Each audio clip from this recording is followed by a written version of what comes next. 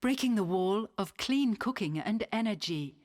Abdoulaye Souare, Falling Walls Lab, Bamako. Hi. When I was a child, my village was forest, surrounded by trees, and the nature was perfect. But within 15 years, it becomes an empty desert. Do you know why? Because 95% of the population in sub-Saharan Africa use firewood or charcoal for cooking. Every day, more than 400,000 tons of wood are used for cooking using our traditional three-stone stove, which causes carbon emissions, deforestation, global warming, and death among women and children. In Africa, 1.1 million Africans lack access to clean electricity. Only in Mali, we have 65% of the population doesn't have solution to light up, ending poverty, and also good education for their children.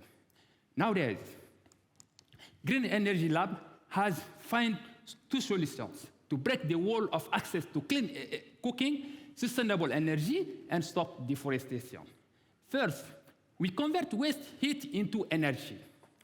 And we fabricate a thermoelectrical cook stove with TG generator who can produce 100 watts of electricity capable to give light, charge the mobile phone, and also provide clean cooking without smoke to the off-grid household. We allow local community to generate income by collecting biomass waste and selling to us. Then we produce our eco-friendly biobriquettes and use as biofuels for our stove instead of putting bush fire. Second, we fabricate a solar cooktop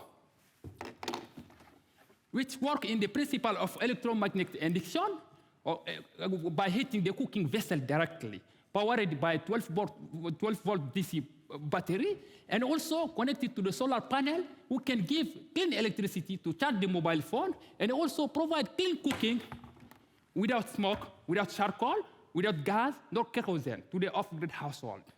Our strategy to end poverty and inequality without leaving no one behind. We introduced a microfinancing model that we pay as you go in the rural community.